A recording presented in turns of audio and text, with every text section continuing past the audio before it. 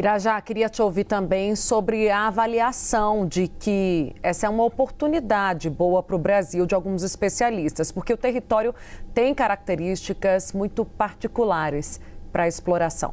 Pois é, né, Tainá? O Danilo trazia para a gente essa característica específica sobre a qualidade do petróleo venezuelano, né? Um petróleo de refino mais difícil, cuja Petrobras não tem uma expertise em fazer. E há uma pergunta que paira aqui, que é para quê?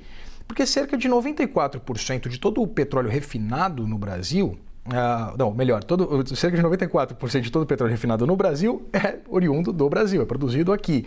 A gente tem um histórico de importar, né, materiais derivados de petróleo, combustível já feito, né, já para o consumidor final, mas a gente tem exatamente essa dificuldade de processar aquilo que a gente já produz dentro do Brasil. Portanto, há essa também a perspectiva de troca de dívida da ordem de 10 bilhões de reais, né, que a Venezuela detém com o Brasil, mas tem um estudo, por exemplo, da consultoria Wood Mackenzie, que mostra que para incrementar em cerca de 500 mil barris por dia a produção de petróleo na Venezuela, dada essa dificuldade logística, operacional, de infraestrutura, seria necessário investimentos da ordem de 20 bilhões de reais no intervalo de 10 anos, ou seja, seria trocar um abatimento de uma dívida de 10 bilhões de reais por uma perspectiva de um incremento de investimentos da ordem de 20 bilhões de reais. A gente já tem inclusive um excesso do ponto de vista de petróleo, né? O Brasil ele tem uma dificuldade, inclusive, de refino do petróleo bruto, que é oriundo, por exemplo, do pré-sal, né? Uma região, inclusive,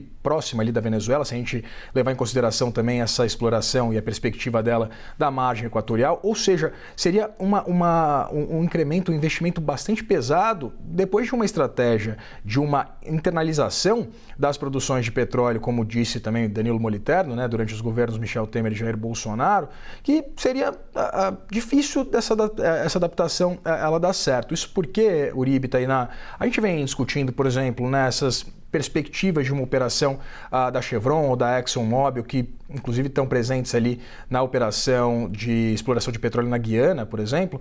Essas empresas elas já têm, inclusive, know-how e capacidade instalada em diversos outros países offshore, né? São duas empresas norte-americanas.